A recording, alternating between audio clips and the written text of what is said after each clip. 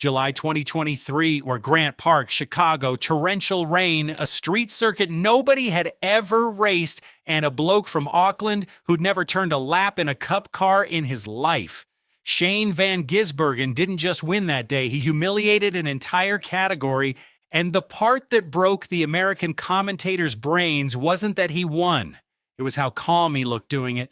While the locals were sawing at the wheel, spearing into the tire walls, and radioing their engineers in a panic, SVG was out there flicking a 1,600-kilo tank around a wet street course like it was a Sunday drive up the Great Ocean Road. The Yanks called it raw talent. The lazy take was, he's just a road course specialist. Wrong. Dead wrong. What SVG had wasn't talent they could copy, it was a specific piece of mechanical muscle memory burned into his hands and feet over a decade at Mount Panorama that NASCAR drivers literally cannot possess, because the machine they learned on won't let them. This is the story of the spool and why it's the single greatest unfair advantage in motorsport right now. Right, let's get into the hardware, because this all comes down to one component sitting between the rear wheels, the differential. The NASCAR Next-Gen car runs an X-Track transaxle with a torque biasing limited slip differential and LSD. It's got a nitrogen-charged, externally adjustable preload. In plain English, it's a smart diff. When you turn into a corner, the outside wheel needs to travel further than the inside wheel, and an LSD lets those two wheels spin at slightly different speeds. It's forgiving. It's friendly. It's designed so that a driver who came up through ovals going left, foot flat, can survive a road course without binning it on lap one. But here's the dirty secret about a friendly diff. It makes the car lazy. And LSD wants to understeer. It wants to push wide. When you get on the throttle mid-corner, it hooks up nice and neat and just drives forward. Predictable, safe, slow. Now let's talk about what SVG grew up with. The Australian Supercar runs a full spool, not a limited slip, not a locker. A spool, which means the two rear wheels are welded together in principle. They turn at exactly the same speed all the time, no exceptions, no mercy. There is factually no differential action at all. Think about what that means. Every single corner, the inside and outside wheels are fighting each other.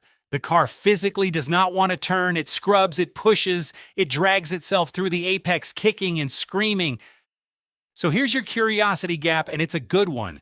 How on earth does a car that is fundamentally harder to turn make a driver dramatically faster? The answer is the whole reason SVG is untouchable. And it's coming. Here's the thing that took me ages to properly get my head around.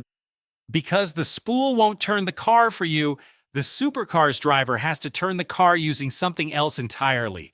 Weight transfer. They rotate the car with the throttle and the brake, not the steering wheel.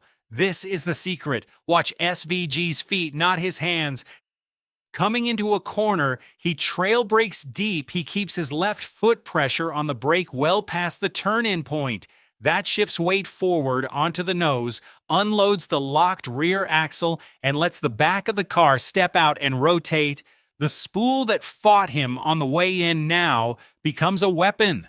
The car pivots. Then on exit, he doesn't just mash the throttle, he feeds it in with millimeter precision, because with a spool, too much right foot and both rear wheels light up together and you're facing the wrong way in the fence. This is why every Supercars driver develops surgeon-level footwork.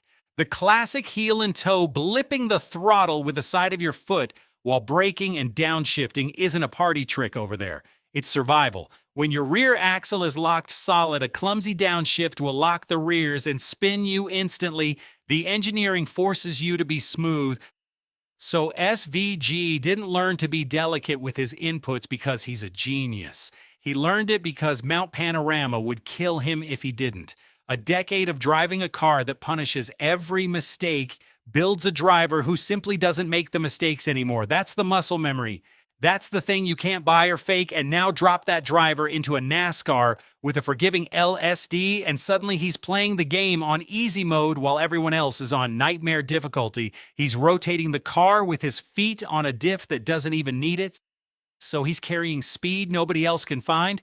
Now, if you're still with me at this point, you're not a casual. You're the 1% who actually cares how these machines work, not just who crossed the line first. That's exactly who we make this channel for.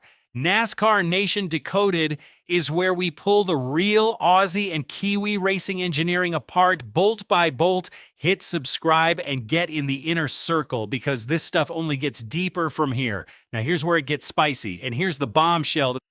There's a fair few people convinced NASCAR quietly tried to nerf the Aussie advantage, and whether they meant to or not, they built a car that changed the game underneath everyone's feet. Because the next-gen car ditched something huge, the old H-pattern gearbox. For decades, NASCAR ran a proper H-pattern manual, the same style of box the Supercars use. Left, right, up, down, clutch every time, heel and toe on every downshift. That box rewarded the exact footwork SVG spent his career mastering. Then in 2022, NASCAR binned it. The next-gen car runs a 5-speed sequential clutchless upshifts, pull the lever back, and go. On paper, that should have leveled the playing field. It takes some of the delicate footwork out of the equation. It should have neutralized the spool brain advantage.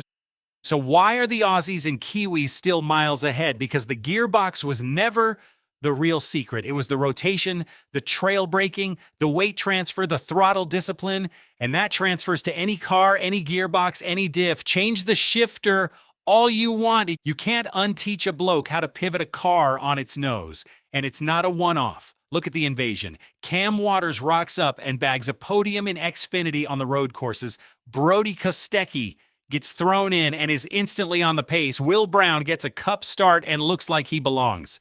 These aren't SVG-level freaks of nature. They're ordinary Supercars drivers by Australian standards, and they're beating full-time Americans who've raced these tracks their whole lives. That's not talent. One guy is talent. 4 guys is a system. It's a national training program disguised as a race series, forging drivers on the most brutal differential in the sport, and the Yanks are only just realizing the door's been left wide open. So where does this leave American road racing? Honestly, in trouble, at least for now, as long as NASCAR keeps adding road courses and street circuits to the calendar. They're playing directly into the hands of a driver breed that was engineered for exactly this. The spool didn't just teach the Aussies and Kiwis how to be fast. It taught them how to be fast in the wet, on the bumps, on the curbs, in the chaos, the exact conditions street courses throw at you. The Americans will close the gap. They're not stupid, and the young ones are already studying SVG's data, learning to trail brake, learning to rotate. The advantage isn't permanent. But right now, on any circuit that turns right, the smart money wears green and gold. Here's the real question, though, the one nobody's asking yet. What happens when NASCAR figures out the source and bans the technique's payoff entirely?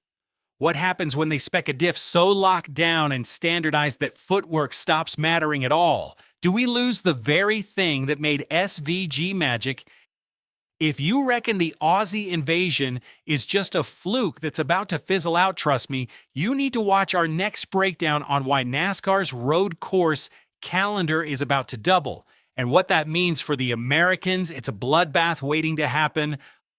Otherwise, subscribe to NASCAR Nation Decoded and stay ahead of the pack, because by the time the Yanks work this out, you'll already know how it ends.